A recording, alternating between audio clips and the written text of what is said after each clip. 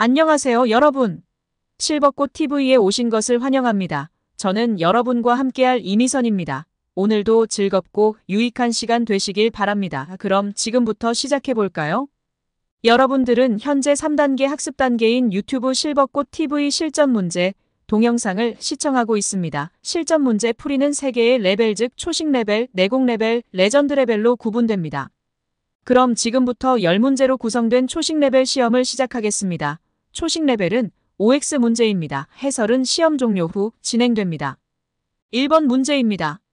노년기를 건강하게 보내기 위해서는 영양보조제를 충분히 섭취하고 매시간 고강도 운동으로 체력을 증진한다. OX로 크게 말해주세요.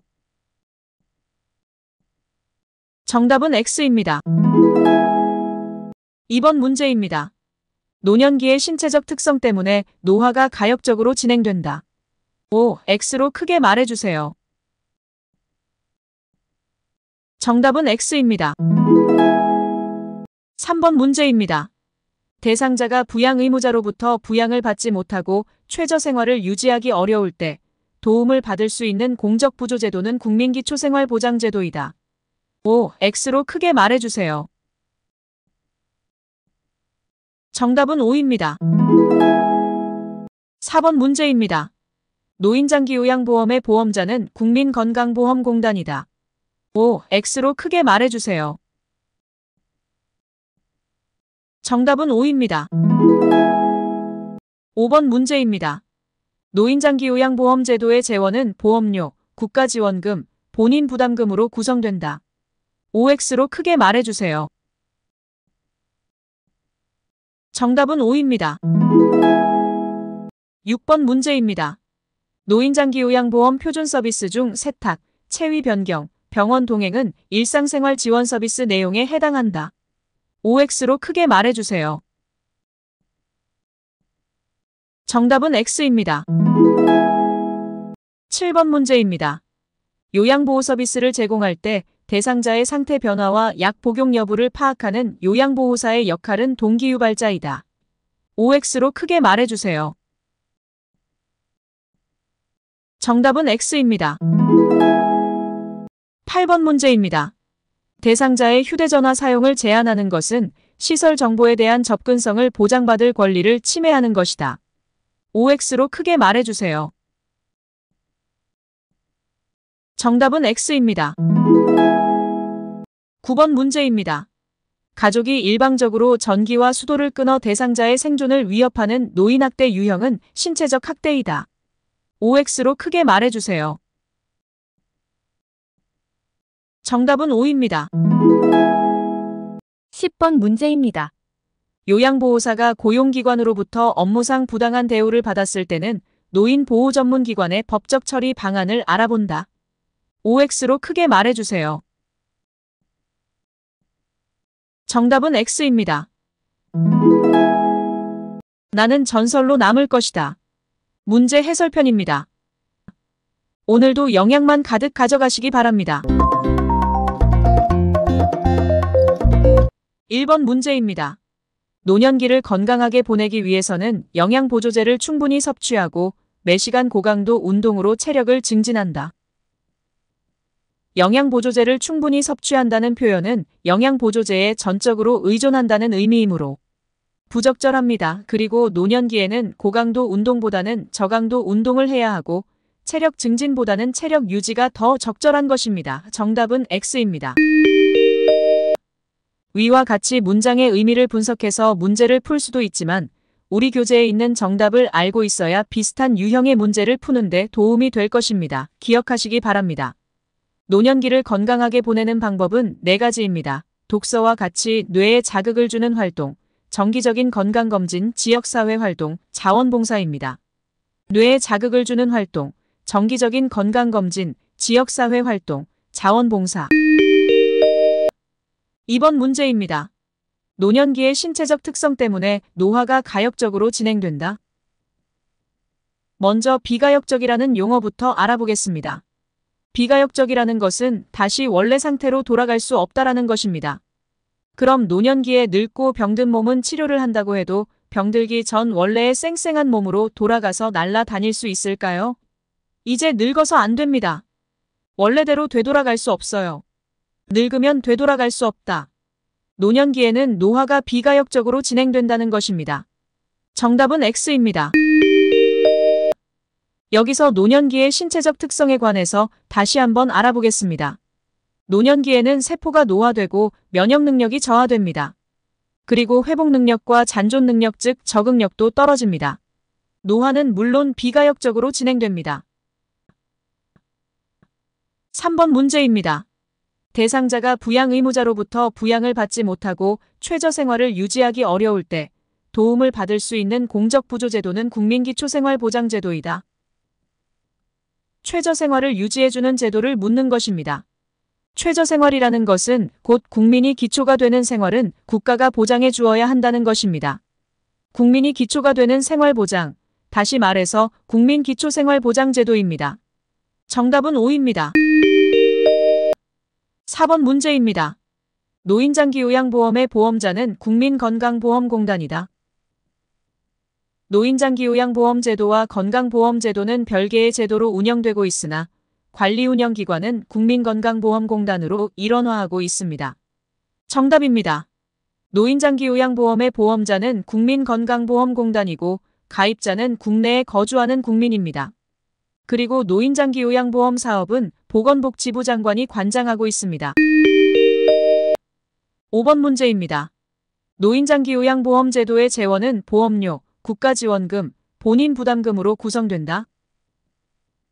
정답입니다. 국민들이 소득과 재산에 따라 보험료를 내고 국가가 일부 지원하고 장기요양 서비스를 받는 나도 좀 내고에서 장기요양보험 제도가 운영되고 있는 것입니다. 국민은 보험료 내고 국가는 지원하고 아프고 힘들지만 나도 좀 내고입니다. 6번 문제입니다.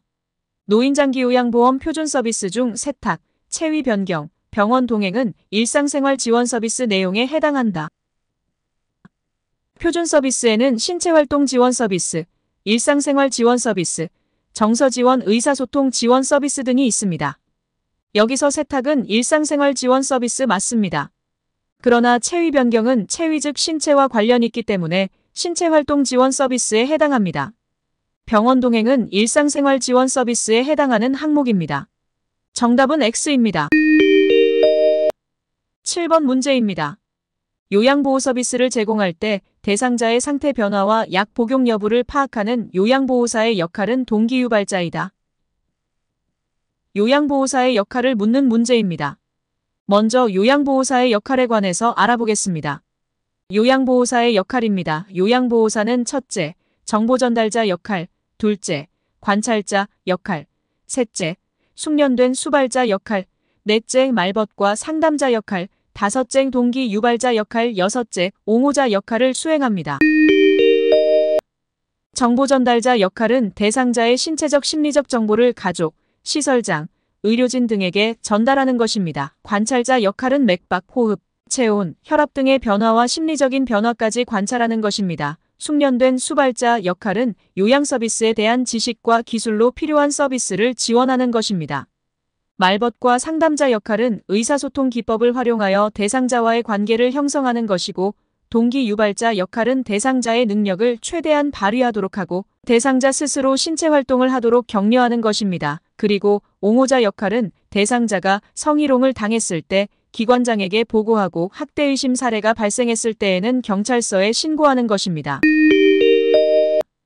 요양보호사의 역할 정리하겠습니다. 정보전달자의 역할은 대상자의 신체적 심리적 상태를 가족이나 의료진들에게 전달하는 것, 관찰자의 역할은 대상자의 신체적, 심리적 상태를 관찰하는 것, 숙련된 수발자의 역할은 필요한 서비스를 지원하는 것, 동기유발자의 역할은 대상자를 격려하는 것입니다. 따라서 대상자의 상태 변화와 약 복용 여부를 파악하는 요양보호사의 역할은 관찰자의 역할인 것입니다. 대상자를 격려하는 동기유발자의 역할은 아닌 것입니다. 정답은 X입니다. 8번 문제입니다. 대상자의 휴대전화 사용을 제한하는 것은 시설 정보에 대한 접근성을 보장받을 권리를 침해하는 것이다. 시설 생활노인 권리 보호를 위한 윤리 강령에 관한 문제입니다.